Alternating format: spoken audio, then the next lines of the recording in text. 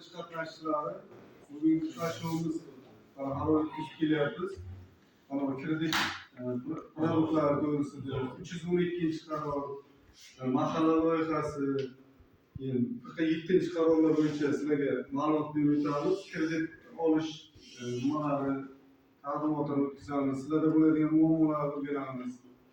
Muammolar kreditlar ajratish orqali yangi qo'shimchalar yaratish to'g'risida muhokama qilamiz.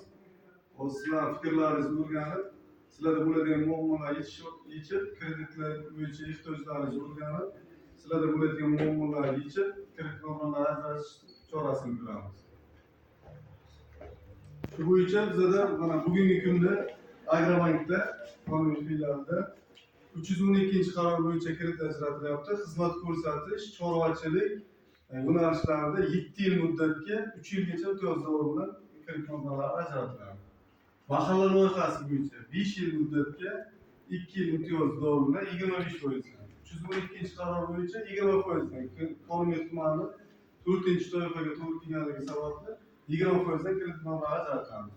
Kecha prezidentimizni selektorlardan keyin xotin-qizlarga 2% kamaytirilgan foizda kredit nominalar ajratamiz. 312 qaror bo'yicha 18% dan Kanonik tumaniga. 47 qaror bo'yicha 23% dan kredit nominalar ajratamiz. Yo'nalishlari o'zini-o'z band qilgan holda, masalan, xotin-qizlarimiz tikuvchilik qilishi mumkin, milliy pishiriqlar pishirish uchun ajratilishi mumkin. Yigitlarga chorvachilik, xizmat ko'rsatish sohalarida o'zini-o'z band qilgan yo'nalishida kredit nominalar ajratamiz. Pensiyalarga kreditlarimiz bor. Onlayn kreditlarimiz bor. Şöyle var diline. Mesela daraklik maşınına gözüm gidecek. Şuraya köyün ajratır mı? Ko'chada ikish yo'q. Shu yo'nalish bo'yicha o'zingizning joy var. O'zingizga joy var. O'zim yangilikda yerim var misal uchun.